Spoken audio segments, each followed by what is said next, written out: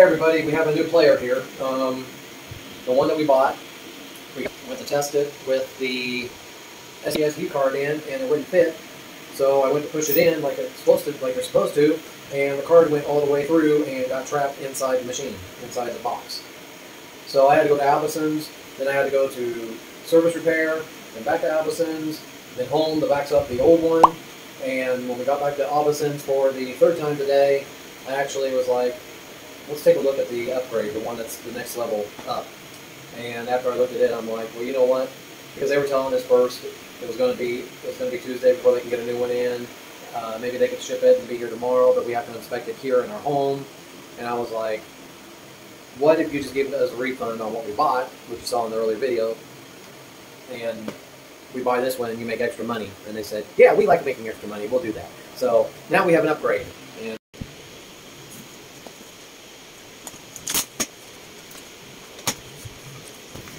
what is that? no! What? Oh, nope. This unit comes on a microphone. The other one? Did not. Okay, I'm gonna get you. No, baby. Speaker wire, same as before. Instructions and remote.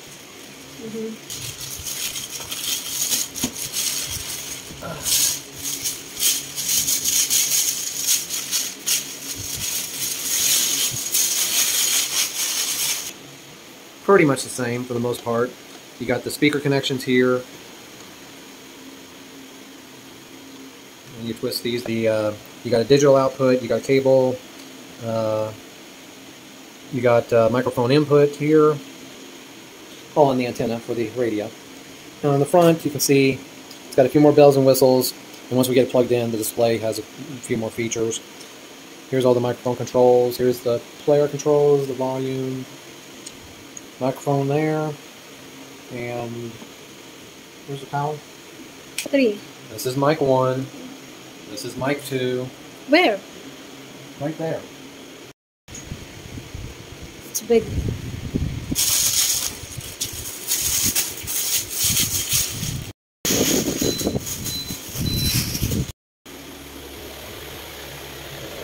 SD card slot.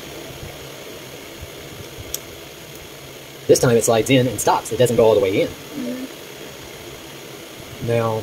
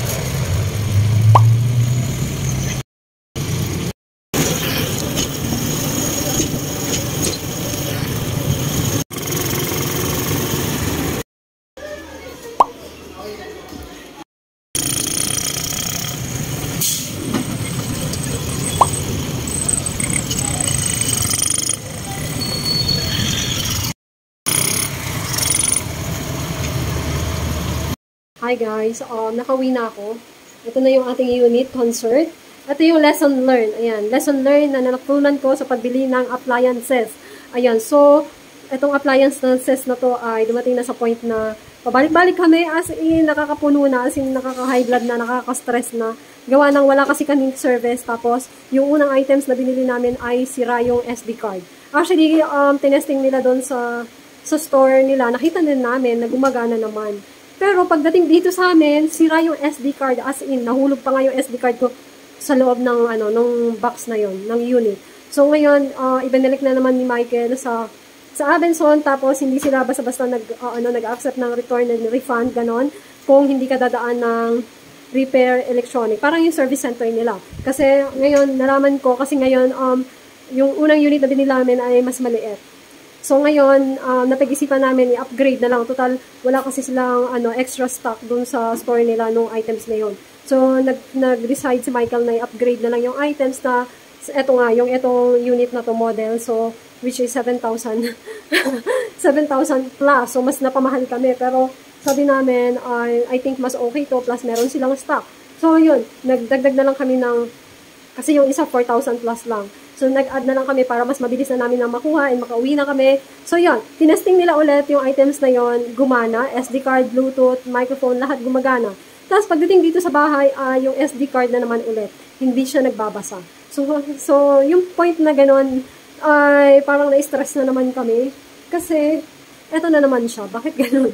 So, ngayon, ang itinawag ko na sa Concert Philippines, meron sila sa Facebook page, and nag-asa ko ng help. Bakit gano'n?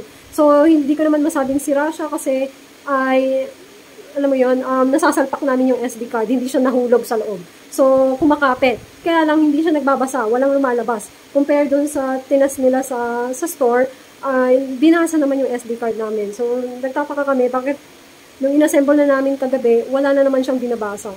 So, yun. So, kanina umaga, sabi ng Concert Philippines, sabi nila, siya ay sa head office daw siya. Ngayon, sabi niya, ibalik na lang daw kasi defect daw yung items. So, yung items, ibalik na lang daw sa Abenson para mapalitan ng bago. So, ngayon, ginawa namin kasi nga ay napapagod na kami, na magbitbit na naman kasi malaking box, plus nagta-tricycle lang kami. So, tapos, alam mo yun, magasto sa pamasahe, pabalik-balik. So, ngayon, ang ginawa namin ay, itinawag, actually, punta kami, naglakad kami, pinuntahan namin sa Abenson kung baka pwedeng magpunta na lang sila ng tauhan nila, yung taong nag-test ng items na to kahapon. Yung, kasi alam nila yon, di ba? Kasi sila yung nag-test dun sa Abenson mismo na gumagana yung unit. Tapos ngayon, ay, pagdating dito sa bahay, hindi siya gumagana. So, alam nila. So, gusto namin sila yung magpunta dito sa bahay. So, kanina nagpunta nga sila, tinignan nila yung unit, and ayun nga, na-prove nila na hindi gumagana yung unit na yun. I think, inabot sila mga 30 minutes. Kasi ni-request namin siya sa, sa Abenson na pumunta sila dito. Which is, yun. So, pumayag naman. Actually, hindi siya pwede. Kaya lang, medyo malapit lang naman kami sa Robinson Mall. So, like, mga 5 minutes lang. So, yun. Ngayon, ito na naman yung hassle doon. Sabi, ibabalik na lang daw. Sabi ng mga taong nag-check, sabi, hindi na gumagana. So, pinabitbit na namin yung box sa kanila para hindi na ako mahirapan. Kasi, yung items na sira, yun yung bibit-bitin ko. Kailangan ko na naman pumunta ng service center para kumuha ng approval na sira nga yung items. Basically, bibigyan niya ako ng parang resibo na nagsasabi na defect yung items and kailangan palitan. So, ganun yung resibo na binigay niya sa akin. Tapos, yun yung ginamit ko papunta sa Abenson. Tapos, yun, pag wala kang ganun, na hindi ka dumaan sa service center, hindi ka na ma-issue ng refund or palit ng items, ganun. So, new items, parang ganun. So yun, pagdating sa Abenson, ay meron silang stock nito. So, binigyan nila kami ng bagong stock, tapos ganun lang ang process. So, sabi nila kailangan i-check ng maraming beses. Actually, chinek namin ng maraming beses. Sabi ko mukhang okay naman, pero sabi ko na lang sa tauhan ng Abenson na siya pumunta dito sa amin, hindi namin yan bubuksan, siya yung mag-assemble. Siya na lang yung mag-assemble mamaya, kung makapunta siya mamaya after niya, or kung payagan siyang pumunta dito. Para sure, and yun mo yun, ayun na namin bumalik, nakakapagod na. And gusto na rin namin siyang magamit, dahil si Michael ay concert na. Gusto niya na mag-video, okay. Right, love? Dito sing? No. Nagpa-practice na siya. So, yun lang. So, dapat, ito yung aking ma-share. Ay, pagbibili kayo ng gamit, lalo na yung mga ganito na medyo may kamahalan, kailangan talaga, huwag kayong basta-basta aalis sa lugar na yon na hindi nyo na test ng maraming beses. Like 5 times, 10 times. Lahat i-check nyo kung nagpa-function, kung gumagana. Ayun, para hindi siya hassle na magpapabalik-balik kayo. So, yun. Kasi nung unang, yung pangalawa namin, sinalpak lang nila isang beses, isa yata, yun, isang beses, tapos yun na. So, nakita namin gumana, nabasa niya. So, dapat pala hindi. Try mo na mga 5 to 10 times and ikaw mismo ang maglagay para alam mo, ganun. So, yun. So, sana this time okay na to. Masolve na yung aming problema. Kasi next week ay, hope okay na yan. Ayan. Hindi ko yan gagalawin, hindi ko siya bubuksan. Antayin namin si Kuya Abenson ng mag-assemble yun. Ayan. So, yung wala pala akong binayaran kasi under warranty siya. And kabibili namin to nung kahapon. Actually, nung isang araw pa. Tapos 2 beses kami bumalik para mag-return. Ganun. So, pang 3 araw na ngayon. So, bagong bili siya. So, anytime pwedeng ibalik kung may sira. Kasi, wala kang babayaran kasi under warranty pa siya. So, yung nagpunta ko sa service center, wala akong binayaran. Kasi nga, under warranty pa. So, yun na. So, kailangan talaga, habang under warranty pa, kailangan matry, masira, or kung gusto niya masira na siya, basta under warranty, para mapalitan siya ng bago. Ganon. And, syempre, yung resibo kailangan ay itabi nyo, ipaserox nyo kasi ay, just in case na masira yung items nyo, pwede nyo may balik with the receipt. Kasi pag walang resibo, walang return. Ganon. Ganon ang policy. O hassle.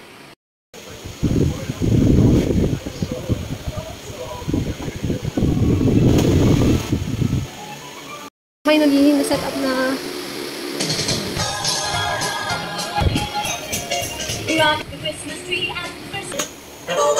the microphone. Hopped off the plane at LAX with a dream and a cardigan. Welcome to the fan of pain excess. Am I gonna fit in? Jumped in the cabin, young for the first time. Look at the right and see the Hollywood sign. This is all so crazy. Everyone seems so famous. My tummy's turning and I'm feeling kind of homesick. Too much pressure around the Jackson man. Turned the radio on, and the G-Z song was on, and the Jay-Z song was on, and the Jay-Z song was on. So I put my hands up to play my song. The butterflies go away. Nodding my head like yeah, moving my hips like yeah. Put my hands up to play my song. I know it's gonna be okay. Yeah, it's a party in USA. Bago pa to eh. Last November lang yata ito eh.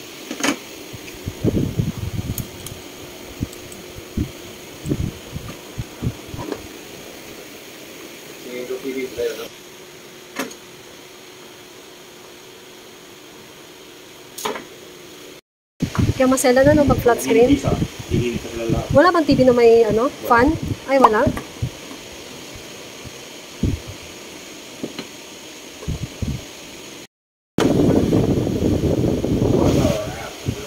Guys, yan, meron tayong kanilang warranty ng TCL. Meron tayong warranty ng TCL. Ang pinalitan niya ay power supply.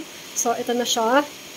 So, sabi niya, hinahanapan niya ako ng video. Meron daw ba akong video nung kapag ka namamatay? Sabi ko, actually, ang hirap niyang timingan kasi kung saan talaga siya namamatay, bigla-bigla. So, paano ko siya mabivideohan? Sabi niya, videohan ko daw kapag halimbawa namatay na. Tapos, videohan ko kung nagtatry akong i-open sa remote kasi pag namamatay talaga siya, itatry kong i-open sa remote, ayaw ng remote. Hindi siya nag-open sa remote. So, ang ginagawa ko ay, tinatanggal ko siya sa saksakan. So, doon, sabi niya, pag nagtatry ka na sa remote, videohan mo, tapos yung, kasi pagka unplug mo, tapos isaksak mo ulit, nagbi-blink daw yun, nagbi-blink. Itong ilaw dito, ayan, nagbi-blink-blink daw yan. Sabi niya, ayan daw yung videohan ko. So, okay, ngayon alam ko na. So, sabi niya, yung power supply ay mainit. Kaya parang feeling ko yun yung tinawagan nila kami na yun yung nila, number 1 na guess na baka nga yung power supply yung sira. So, yun nga, sabi niya kanina pagtanggal niya ay mainit daw yung power supply. So, actually, hindi namin to ginamit ngayon. Ngayon lang to binuksan. So, mainit pa rin siya, di ba? So, yan, at least napapalitan na namin and under warranty pa naman siya. So, wala kaming binayaran. Ayun. So, kasi last year lang itong TV namin, like November yata, October. So, cover pa siya ng warranty. Ayun, so sabi niya, kapag ka nang ganun ulit, tawagan ko siya tapos kailangan may video. Siyempre kasi kailangan yun para sa kanilang report na kailangan, o baka iba yung sira, hindi yung power supply. So, yun.